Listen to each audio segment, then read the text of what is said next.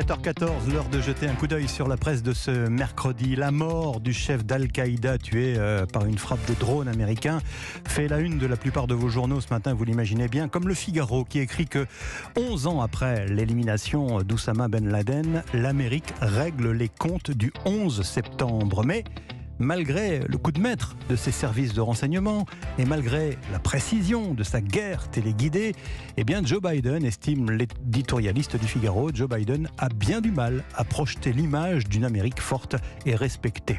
Son chef est peut-être mort, mais Al-Qaïda bouge encore, estime de son côté Libération. Al-Zawahiri est exécuté, mais la nébuleuse djihadiste continue sa progression, notamment en Afrique, une organisation qui n'est pas enterrée et qui se disperse à travers le monde pour mieux survivre, à lire ce matin dans Libération donc.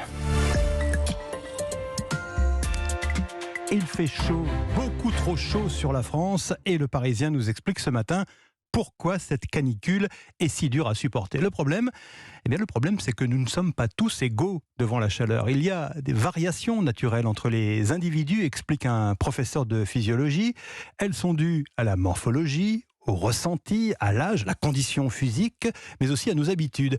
Et ce qui est sûr, précise Christophe Prudhomme, urgentiste au SAMU 93, toujours interrogé par Le Parisien, et c'est que le fait de transpirer, eh bien figurez-vous que c'est plutôt bon signe. En fait, c'est une réponse adaptée à la chaleur et un mécanisme naturel de défense contre cette canicule. Mais il n'y a pas que les humains qui souffrent. Alors le Parisien nous donne quelques petits conseils, on ne sait jamais, ça peut servir pour nos animaux de compagnie. Si en règle générale les chats supportent mieux la chaleur, il semblerait que ça soit génétique, il faut bien surveiller l'hydratation de votre chien et aussi minimiser l'activité physique. L'heure est à la sieste, donc pour Médor, toutes les explications à lire dans Le Parisien ce matin. C'est le journal Les Échos qui le confirme ce matin. Le tourisme français vit un bel été. L'hôtellerie-restauration retrouve ses niveaux de 2019, avant la crise du Covid, donc évidemment. Et malgré l'absence de la clientèle asiatique, eh bien, les palaces font le plein.